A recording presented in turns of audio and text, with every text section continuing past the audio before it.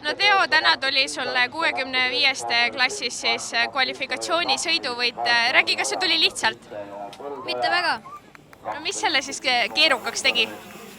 No start ma alguses ei saanud hästi minema, aga pärast siis sain kuidagi vahele ja siis sain stardivõidu.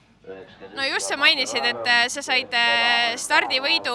Sa oled Pärnu motoklubi sõitja. Kas niimoodi kodupubliku ees on kuidagi lihtsam sõita või see paneb just pingeid peale? No ma ei tea, võib-olla natuke pingeid peale.